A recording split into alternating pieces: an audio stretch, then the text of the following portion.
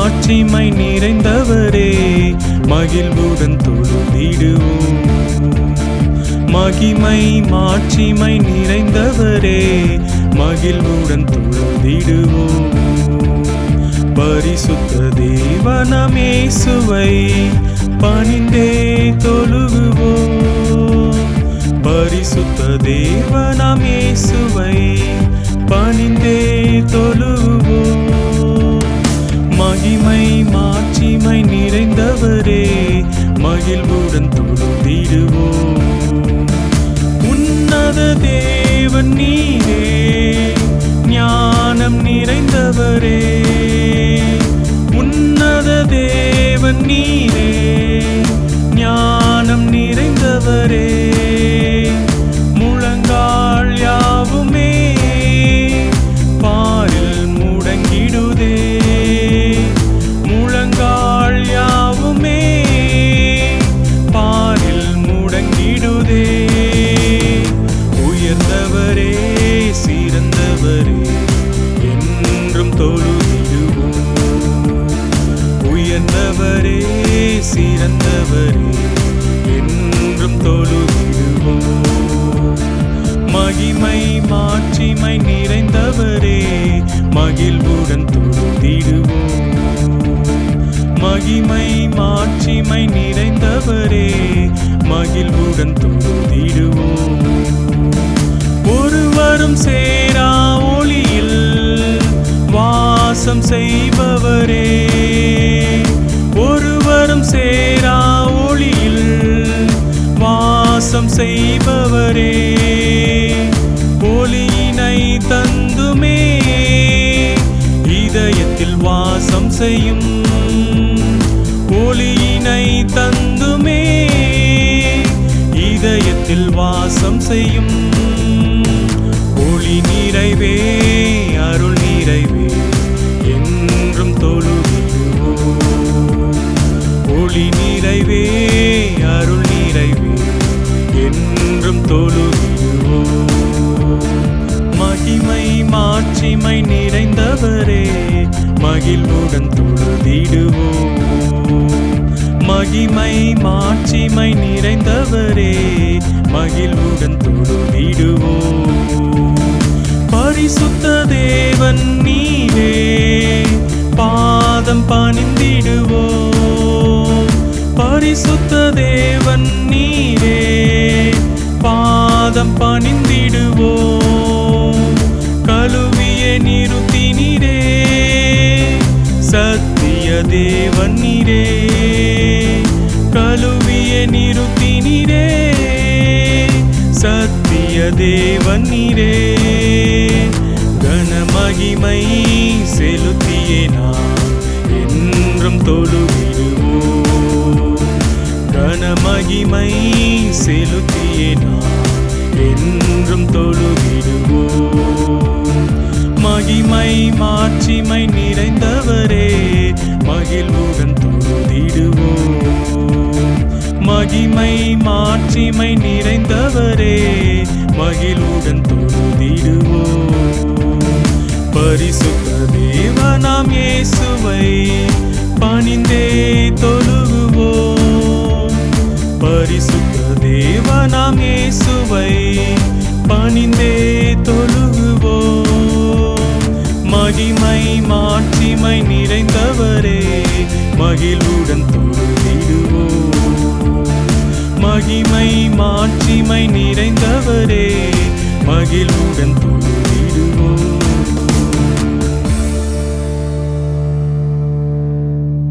வானத்திற்கும் பூமிக்கும் ஆண்டவராய் இருக்கிற இயேசு கிறிஸ்துவின் இணையற்ற நாமத்தினாலே இந்த முகநூல் மூலமாக உங்களை சந்திப்பதில் மிகுந்த பேரானந்தம் அடைகிறோம்.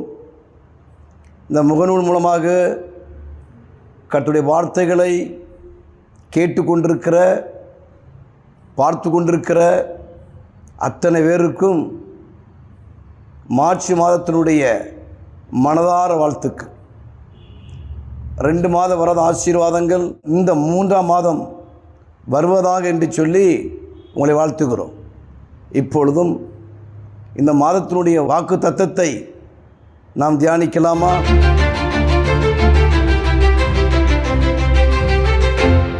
சற்று நேரம் தியானிக்கும்படி எடுத்துக்கொண்ட வேத பகுதி யோபின் புஸ்தகம் 14ஆம் அதிகாரம் 14ஆம் வசனத்தினுடைய மத்திய பகுதியை வாசிக்கும் பொழுது அங்கே யோபினுடைய புலம்பலை குறித்து வாசிக்கிறோம்.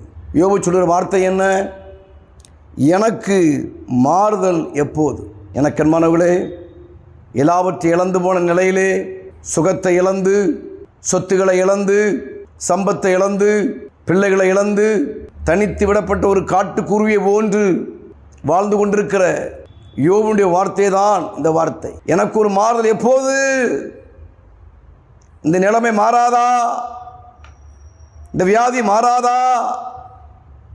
இந்த போராட்டம் மாறாதா என்று ஒரு புலம்பிக் கொண்டிருக்கிறதான வார்த்தை. எனக்கு அன்பானவர்களே, நீங்கள் புலம்பிக் கொண்டிருக்கிறீங்களோ? எவ்வளவோ ஜெபிக்கிறேன், ஒரு மாற்றம் இல்லை. என் புருஷனுக்கு ஒரு மாற்றம் இல்லை, என் பிள்ளைகளுக்கு ஒரு மாற்றம் இல்லை, என் தொழிலே ஒரு மாற்றம் இல்லை என்று வேதனையோடு இருந்து கொண்டிருக்கிறீங்களோ? இந்த மார்ச் மாதத்திலே, இந்த மார்ச் மாதம் முடிவதற்குள்ளே ஒரு மாற்றம் வரும், மாற்றம் வரும். சங்கீதம் 62:5 சொல்லுகிறது, நீ நம்புகிறது அவராலே வரும் என்று சொல்லி வாசிக்கிறோம். பிரியமானவர்களே, வேலையிலே மாற்றம் வரும். எந்த மாற்றத்தை குறித்து எதிர்பார்த்து கொண்டிருக்கிறீர்களோ அதிலே மாற்றத்தை தருவதற்கு என் ஆண்டவர் வல்லமையுடையவராய் இருக்கிறார். எனக்கு ஒரு மாறுதல் எப்போது? எனக்கு ஒரு மாறுதல் எப்போது? ஒரு வியாகுலமான வார்த்தை, அங்கலாய்ப்பட வார்த்தை. வருஷம் பிறந்தது, 2 மாதங்கள் கடந்து விட்டது, ஒரு மாற்றம் இல்லையே, ஒரு மாற்றம் இல்லை. தொழிலில் மாற்றமில்லை. அதே மூழ்கி போன ஒரு சூழ்நிலை, இல்லாத ஒரு சூழ்நிலை. எனக்கு ஒரு மாற்றத்தை தெய்வம் தருமா என்று கலங்கி கொண்டிருக்கலாம். மாற்றம் வரும் பிரியமானவர்களே.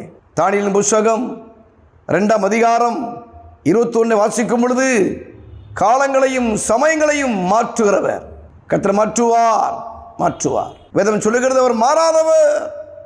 இயேசு கிறிஸ்து நேற்றும் இன்றும் என்றும் மாறாதவராக இருக்கிறார்.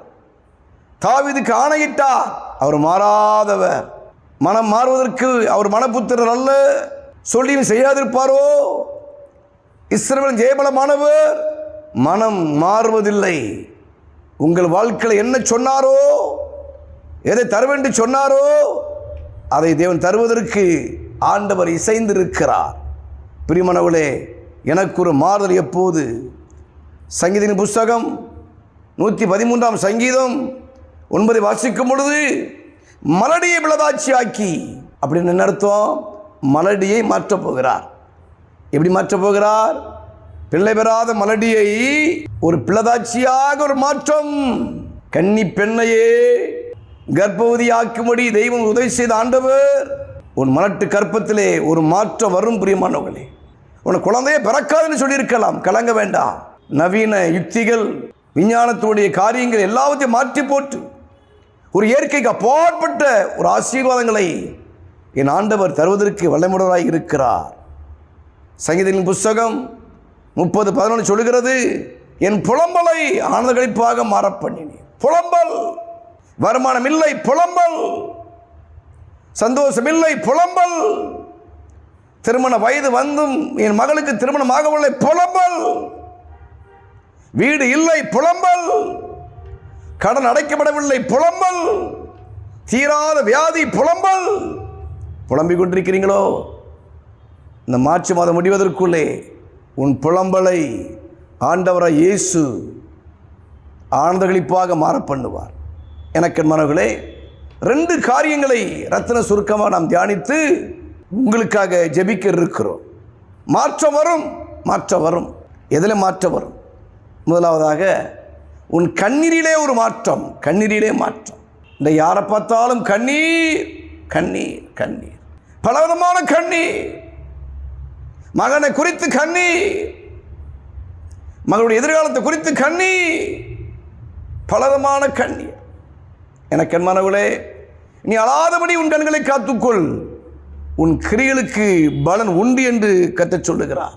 யோவான் சுவிசேஷம் 11ஆம் அதிகாரம் 31 33 வரைக்கும் வாசிக்கும் பொழுது ஒரு குடும்பத்தில் 2 சகோதரிகள், ஒருத்தி பெயர் மார்த்தாள், ஒருத்தி பெயர் மரியாள்.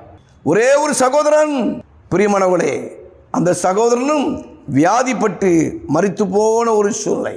அவன் மரித்து 4 நாள் கழித்து இயேசு வருகிறார். வந்த பொழுது மரியாள் அழுவதற்கு கல்லறைக்கு போகிறார் என்று சொல்லி யூதர்கள் சொல்லிக் கொண்டார்கள். மரியாள் சொன்னால், ஆண்டவரே, நீர் இருந்தீரானால் என் சகோதரன் மரித்திருக்க மாட்டானே. மரியாள் அழுகிறதையும் யூதர்கள் அழுகிறதையும் இயேசு கண்ட பொழுது இயேசுவும் கண்ணீர் விட்டார். ஒரு சத்தியத்தை புரிந்து கொள்ள வேண்டும். என் வாழ்க்கையில் மட்டும்தான் கண்ணீர் என்று சொல்லிக் கொண்டிருக்கிறீர்கள். மகளே, உன் குடும்பத்தின் நிலைகளை குறித்து, உன் குடும்பத்தின் பாரங்களை குறித்து, உன் குடும்பத்தில் நடந்து கொண்டிருக்கிற சம்பவங்களை குறித்து நீ அழுது கொண்டிருக்கிற அல்லவா? அதே சமயத்திலே உன்னை உருவாக்கின இயேசு அழுகிறார். வேதம் சொல்லுகிறது, இயேசு கண்ணீர் விட்டார். கண்ணீர் மாற வேண்டுமையானால் என்ன செய்யணும்? மரியாள் சொன்னால், இருந்தீரானால் என் சகோதரன் மரித்திருக்க மாட்டானே.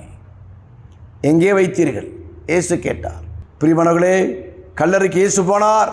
அப்பொழுது இயேசு சொன்னார், இந்த கல்லை எடுத்து போடுங்க என்று சொல்லி இயேசு சொன்னார். அதுக்கு மார்த்தாள் சொன்ன வார்த்தை என்ன?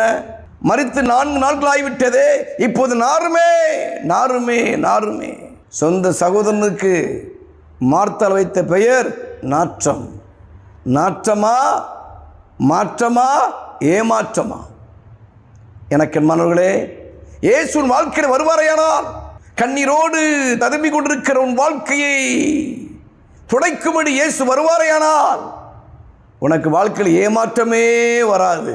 இயேசு சொன்னார், லாசருவே வெளியே வா என்று சொன்னார். வந்தது யாரு? நாற்றமா லாசருவா? வந்தது எது? நாற்றமா மாற்றமா? ஒரு மாற்றம் வந்தது. மரித்து போன நிலையில் இருந்தான். பிரியமானவர்களே, மரித்து போன நிலையில் இருந்ததான லாசரு வெளியே வா என்று சொல்லும் பொழுது மரித்தவன் வந்தான் என்று வாசிக்கிறோம். இயேசு சொன்னார், இவனை கட்டவிழ்த்து விடுங்கள் என்று சொல்லி இயேசு சொன்னார். பிரியமானவர்களே, லாசருக்குள்ளே ஒரு மாற்றம் வந்தது. மரித்தவருக்குள்ள ஒரு மாற்றம், கண்ணீரில் மாற்றம். குடும்பமே கண்ணீர். ஏதை நினைத்து கண்ணீர் வடித்துக் கொண்டிருக்கிறாய்? யாரை நினைத்து கண்ணீர் வடித்துக் கொண்டிருக்கிறாய்? உன் மகனை குறித்தவனுக்கு கண்ணீரோ? உன் மகளை குறித்தவனுக்கு கண்ணீரோ? உன் வேலை குறித்தவனுக்கு கண்ணீரோ? உன் கடன் நிமித்த ஒரு கண்ணீரோ? ஒன்றுமே இல்லாத சூழலை வாழ்ந்து கொண்டிருக்கிறேனே, என்ன செய்ய போகிறேன், எப்படி செய்ய போகிறேன் என்று சொல்லி கண்ணீரோடு இருக்கிறாயோ? பிரியமானவர்களே, ஆண்டவர் அற்புதங்களை செய்து கண்ணீரை மாற்றினார். கண்ணீரிலே மாற்றம். மரித்தவன் உயிரோடு வந்தான், ஒரு மாற்றம் வந்தது. எப்படிப்பட்ட வாழ்க்கை வாழ்ந்து கொண்டிருக்கிறோம்? கண்ணீரில் மாற்றம். 2வது யோவான் சுவிசேஷம் 2ஆம் அதிகாரம் 9 வாசிக்கும் பொழுது, திராட்சரசமாய் மாறின தண்ணீரை ருசி பார்த்தால் வாசிக்கிறோம். கானா ஊரிலே ஒரு கல்யாண வீடு. அந்த வீட்டுக்கு, கல்யாணத்திற்கு இயேசுவும் அவருடைய தாயாரும் சீசரும் அழைக்கப்பட்டிருந்தார்கள். அழைக்கப்பட்ட கல்யாணத்திற்கு இயேசு வந்திருக்கிறார். கூட்டம் அதிகமாக இருந்தபடினாலே திராட்சரசம் குறைந்து போயிற்று. மரியாள் சொன்னால் அவர்களுக்கு திராட்சரசம் இல்லை என்று சொன்னார். எனக்கு என் மாணவர்களே, நடந்த சம்பவம் என்ன? இயேசு சொன்னார், என் வேலை இன்னும் வரவில்லை என்று சொன்னார். வேலை வரவில்லை. உன் வாழ்க்கையிலே ஒரு மாற்றம் வருவதற்கு பிரியமானவர்களே, வேலை இன்னும் வரவில்லை. ஏன் வரல? 2 விதமான காரியம்.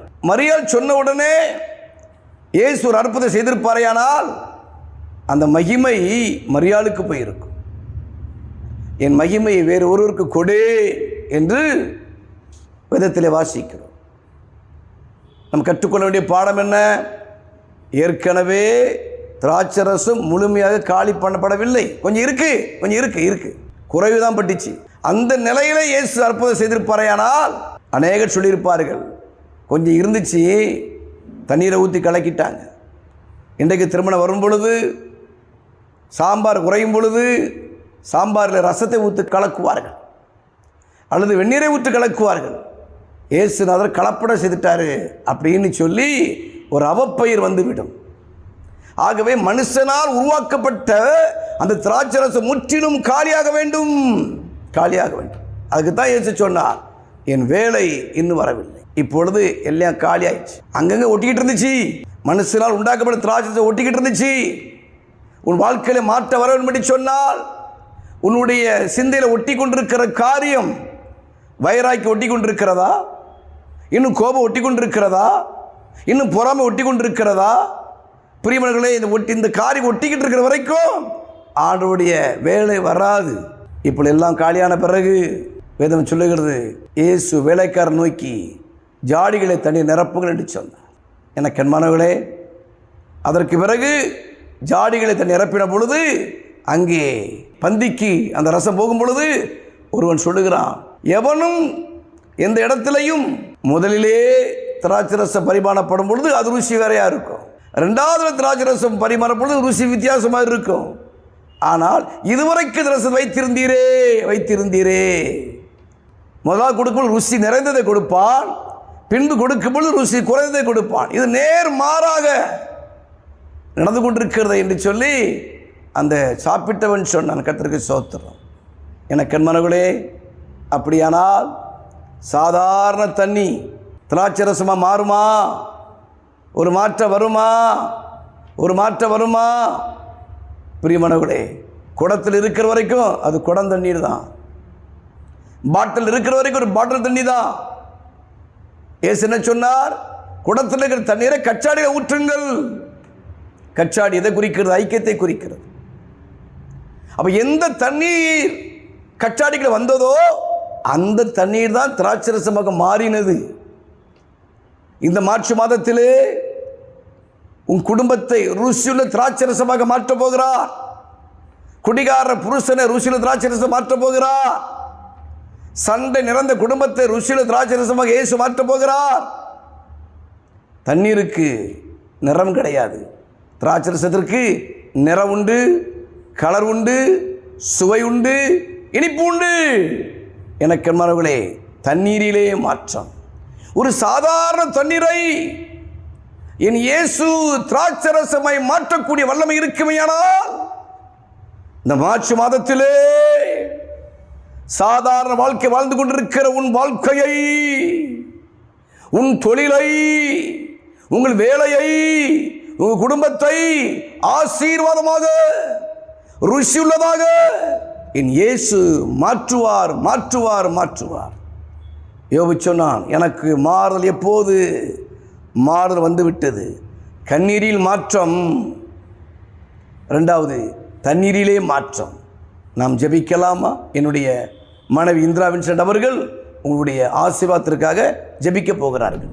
கண்களை மூடி தேவனுடைய சமூகத்திலே நாம் ஜெபிக்க போகிறோம். நல்ல வார்த்தைகளை நாம் கேட்டோம். இப்பொழுதும் புதிய மாதத்தினுடைய ஆசீர்வாதத்துக்காக தேவனுடைய சமூகத்தில் கண்களை மூடி நம்மை தாழ்த்தி நம்மை ஒப்பு கொடுத்து நாம் ஜெபிப்போம். மகா இரக்கம் நிறைந்த நல்ல எங்கள் தகப்பனே, இந்த அருமையான இரவு கால வேலைக்காக நாங்கள் உம்மை நன்றியோடு உம்மை துதிக்கிறோம் அப்பா. இந்த புதிய நாளுக்காக நாங்கள் உமக்கு நன்றி செலுத்துகிறோம் சுவாமி. புதிய மாதத்திற்காக நாங்கள் உமக்கு நன்றி செலுத்துகிறோம் அப்பா. 2 மாதத்தை முடித்து இந்த 3வது மாதத்தில் உம்முடைய சமூகத்திலே நாங்கள் கடந்து வந்திருக்கிறோம் அப்பா. உம்மை துதிக்கிறையா. இன்று 3வது மாதம் எங்களுடைய வாழ்க்கையில் ஒரு பெரிய மாற்றத்தை தருகிற ஒரு மாதமாக இருக்கும் என்று சொல்லி அப்பா நீர் எங்களோடு கூட பேசியிருக்கிறீங்க. அதற்காக நாங்கள் உமக்கு நன்றி செலுத்துகிறோம் அப்பா. இந்த 3வது மாதம் எந்தெந்த விதத்தில் மாற்றங்கள் உண்டாக வேண்டுமோ, மாறுதல்கள் உண்டாக வேண்டுமோ, அந்தந்த காரியங்களில் ஒரு மாற்றங்கள் உண்டாகட்டும் என்று நாங்கள் ஜெபிக்கிறேன். யோபு பக்தனுடைய வாழ்க்கையில் ஒரு பெரிய மாற்றம் உண்டானது கர்த்தாவே உம்மை துதிக்கிறோம் அப்பா. இன்றைக்கு யோபை போல எத்தனையோ ஆசீர்வாதங்களை இழந்து போன ஒரு சூழ்நிலைமையிலே ஏமாற்றத்தை போல வாழ்ந்து கொண்டிருக்கிற, எல்லா இழப்புகள் மத்தியில் வாழ்ந்து கொண்டிருக்கிற ஒவ்வொரு பிள்ளைகளுக்காக நாங்கள் ஜெபிக்கிறேன் அப்பா. எல்லா இழப்புகள் மாறட்டும், இழப்பின் நிமித்தமாய் வருகிற பயங்கள் மாறட்டும், புலம்பல்கள் மாறட்டும், கண்ணீர்கள் மாறட்டும், துக்கங்கள் மாறட்டும், ஏன் என்கிற நிலைமைகள் எல்லாம் மாறும்படி கர்த்தர் உதவி செய்வீராக என்று நாங்கள் ஜெபிக்கிறோம் அப்பா. உம்மை துதிக்கிறோம் அப்பா. ஆண்டவரே உம்மை துதிக்கிறோம் அப்பா. கானாவூர் காளிய கல்யாண வீட்டிலே ஒரு மாற்றம் வந்தது சுவாமி. இன்றைக்கு எந்தெந்த விதத்தில் குடும்பத்தில், தொழிலில், வேலையில், வருமானத்தில் மாற்றங்கள் உண்டாக வேண்டுமோ அத்தனை காரியத்திலேயும் மாற்றங்கள் உண்டாகட்டும் என்று நாங்கள் ஜெபிக்கிறோம் அப்பா. ஆமை துதிக்கிறோமே துதிக்கிறோமே துதிக்கிறோம். ஏமாற்றத்தோடு, தோல்வி நிறைந்த வாழ்க்கையோடு, பயத்தோடு இந்த மாதம் எப்படிப்பட்டதா இருக்குமோ என்று சொல்லி கலங்கி கொண்டிருக்கிற, பயந்து கொண்டிருக்கிற இந்த மாதத்தை நான் எப்படி பார்க்க முடியும் என்று சொல்லி, இந்த மாதத்தை நான் எப்படி கடந்து போவேன் என்று சொல்லி ஆண்டவரே கலக்கத்தோடும் திகிலோடும் காணப்பட்டு கொண்டிருக்கிற ஒவ்வொரு குடும்பத்தின் பிள்ளைகளுக்காக நாங்கள் ஜெபிக்கிறோங்க தாவே. இதை பார்க்கிறவர்கள், கேட்கிறவர்கள் ஆண்டவரை ஆசீர்வதிக்கப்படும்படியா நாங்கள் ஜெபிக்கிறோம். அவருடைய வாழ்க்கையில் ஒரு பெரிய மாற்றம், ஒரு பெரிய திருப்பு முனை உண்டாகட்டும் என்று நாங்கள் ஜெபிக்கிறோம் அப்பா. லாசருடைய வாழ்க்கையிலே மாற்றத்தை கொடுத்த ஆண்டவர், யோபு பக்தருடைய வாழ்க்கையிலே மாற்றத்தை கொடுத்த ஆண்டவர், கானாவூர் கல்யாண வீட்டிலே மாற்றத்தை கொடுத்த ஆண்டவர், இன்றைக்கும் ஆண்டவர் நம்முடைய பிள்ளைகளுடைய வாழ்க்கையில, அவருடைய குடும்பத்தில் ஒரு பெரிய மாற்றம் உண்டாக போகிறதற்காக நாங்கள் உமக்கு நன்றி செலுத்துகிறோம் ஐயா. நீ விசுவாசித்தால் தேவனுடைய மகிமை காண்பாய் என்று சொன்னீரே. விசுவாசித்து தேவனுடைய மகிமையை பார்க்கட்டும், விசுவாசித்து தேவனுடைய அற்புதங்களையும் அடையாளங்களையும் பெற்றுக்கொள்ளட்டும் என்று நாங்கள் ஜெபிக்கிறோம் ஆண்டவரே. இப்பொழுதும் திருமணத்துக்காய் காத்திருக்கிற பிள்ளைகளுக்காக ஜெபிக்கிறேன். நல்ல வாழ்க்கை துணையை கர்த்தர் தருவீராக என்று ஜெபிக்கிறேன். குழந்தைக்காய் காத்திருக்கிற பிள்ளைகளுக்காக ஜெபிக்கிறேன். நல்ல ஒரு குழந்தை பாக்கியத்தை கர்த்தர் கொடுப்பீராக என்று நாங்கள் ஜெபிக்கிறேன். எக்ஸாமுக்காய் காத்திருக்கிற பிள்ளைகளுக்காக நாங்கள் ஜெபிக்கிறோம். எக்ஸாமுக்காய் ஆயத்தப்பட்டு கொண்டிருக்கிற ஒவ்வொரு பிள்ளைகளுக்கும் அனந்த ஞானத்தை கர்த்தர் தருவீராக என்று ஜெபிக்கிறேன் ஆண்டவரே. துதிக்கிறோம் அப்பா.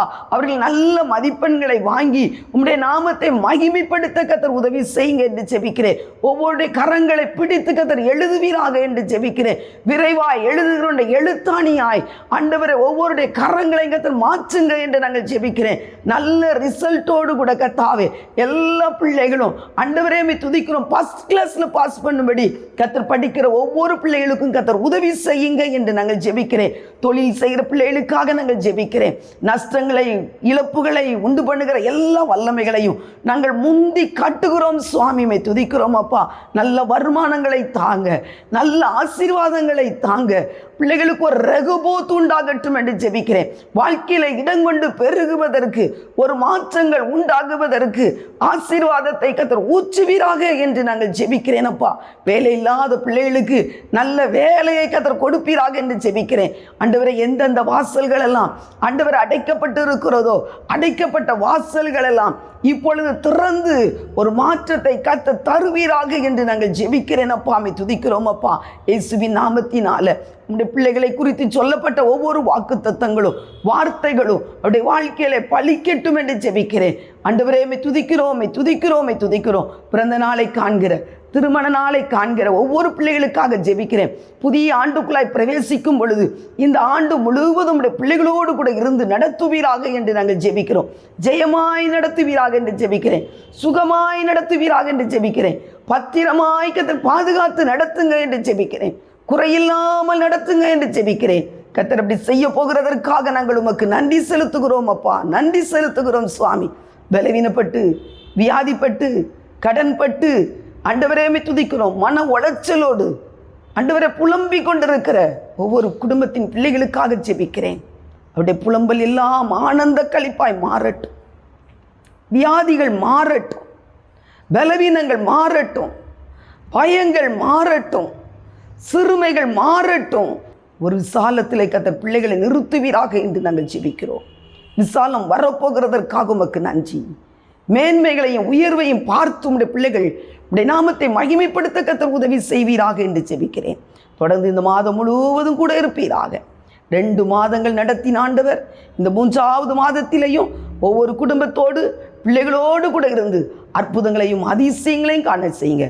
சாட்சியாய் நிறுத்துங்க. பெரியவர் பெரிய காரியங்களை செய்யுங்க. இயேசு கிறிஸ்துவின் நல்ல நாமத்தில் ஜெபம் கேளும் எங்கள் நல்ல பிதாவே. ஆமேன் ஆமேன்.